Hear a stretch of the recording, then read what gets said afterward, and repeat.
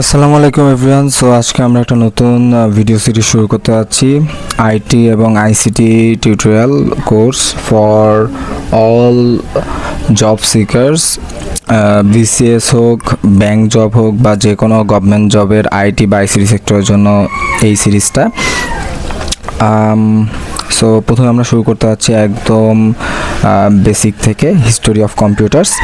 So প্রথম যন্ত্র ছিল অ্যাবাসকাস, যেটা একটা গণনা যন্ত্র ছিল, এটা আমরা সবাই জানি। নেপিয়ার অস্থি এটা আবিষ্কার করেছিল নেপিয়ার, এবং এটা ইউজ করা হয়তো গুণ, ভাগ, বর্গমূল, ঘনমূল নির্ণয় করার জন্য, মানে মেনলি ক্যালকুলেটরের মতো। দেন স্লাইড রুল আসছে। স্লাইড রুল আবিষ্কার করছিল কে? উইলিয়াম অট্রেড স্লাইড রুল আবিষ্কার করছিল। এটা কি কাজ করতো? লগারিদম, ত্রিকোণমিতির হিসাব এবং নেপিয়ার অস্থির কাজগুলো করতো। নেপিয়ার অস্থির এই গুণ, ভাগ, যোগ, বিয়োগ, বর্গমূল, ঘনমূল তো করতোই, সাথে লগারিদম এবং ত্রিকোণমিতির হিসাব করতো। ঠিক আছে। তারপরে আসছে প্যাসকেলন আবিষ্কার করছিল ব্লেইজ প্যাসকেল, এবং গিয়ারের সাহায্যে কি করতো? এটা যোগ বিয়োগ করতো। হ্যাঁ। তারপরে দেখো স্টেপড রেকনার এটা আসছে। হ্যাঁ, স্টেপড রেকনার আসছে। এটা হলো যান্ত্রিক ক্যালকুলেটর। এটা কে আবিষ্কার করছে? ভন লিবনিস, এবং এটাই কি প্রথম ক্যালকুলেটর। হ্যাঁ, প্রথম ক্যালকুলেটর। তারপর দেখো টমাস অ্যারিথোমিটার। এটাকে আবিষ্কার করছে অবভিয়াসলি টমাস কলমার, প্রথম বাণিজ্যিক হস্তচালিত ক্যালকুলেটর। ঠিক আছে, প্রথম যান্ত্রিক ক্যালকুলেটর আবিষ্কার করছে ভন লিবনিস, এবং এটার নাম ছিল কি? স্টেপড রেকনার। দেন দেখো কম্পিউটারের ক্ষেত্রে আমরা যদি প্রথমে আসি, তাহলে প্রথম কম্পিউটার ছিল মার্ক 1। এটা 1930s আবিষ্কার করা হয় বা ইনভেন্ট করা হয়। 1930 সালে কে আবিষ্কার করছে?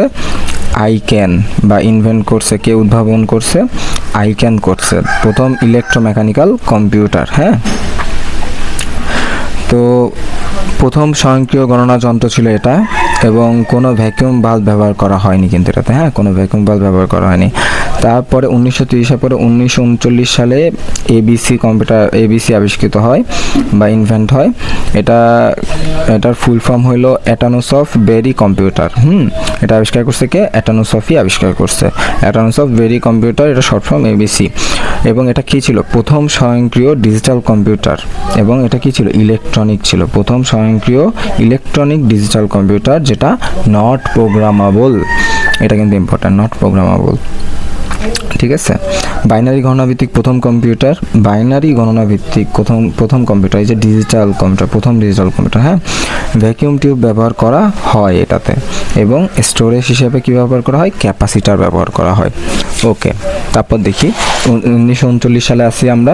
এখন আমরা চলে যাব 1945 সালে। 1945 সালে আবিষ্কার করা হয় ইনিয়াক আবিষ্কার করা হয়, এবং এটা ছিল কি? First electronic programmable digital computer. ABC ছিল কি? ইলেকট্রনিক ডিজিটাল কম্পিউটার, কিন্তু প্রোগ্রামেবল ছিল না। কিন্তু ইনিয়াক কিন্তু প্রথম প্রোগ্রামেবল কম্পিউটার। ঠিক আছে, এবং এটাকেই ধরা হয় ফার্স্ট কম্পিউটার হিসাবে। এর আগে যেগুলো ছিল ওগুলা কোনো একটা কমতি ছিল, প্রোগ্রামেবল ছিল না, অথবা ভ্যাকুয়াম বাল্ব ইউজ করা হয় নাই। হ্যাঁ, ভ্যাকুয়াম টিউব ইউজ করা হয় নাই। দেন স্টোরেজ ছিল না, এরকম বিভিন্ন সমস্যা ছিল, এই কারণে ওগুলাকে ফার্স্ট কম্পিউটার ধরা হয় নাই। আর এটা কি ছিল? আগেরগুলো হয় ইলেকট্রনিক ছিল, ডিজিটাল ছিল, বা প্রোগ্রামেবল ছিল না, মানে একটা না একটা ঝামেলা ছিল। কিন্তু এটা কি? ইলেকট্রনিক প্রোগ্রামেবল ডিজিটাল কম্পিউটার, মানে এটা ফার্স্ট কম্পিউটার। দেন দেখো এটা কি? এটা ডেভেলপ করছে কে? ডেভেলপ করছে জন মাউচি এবং প্রেসপার একার্ট। এই কার্ডটা মনে রাখো, মাউচি মনে রাখো। হ্যাঁ, এবং এটা কি? First programmable electronic general purpose digital computer. এটা যেটা বলতেছিলাম, প্রোগ্রামেবল ইলেকট্রনিক এবং কি ডিজিটাল কম্পিউটার। এটা কি ইউজ করছে? ভ্যাকুয়াম টিউবস ইউজ করছে। দেখো সবগুলো আছে, vacuum tube, programmable, electronic, digital, সবগুলো আছে।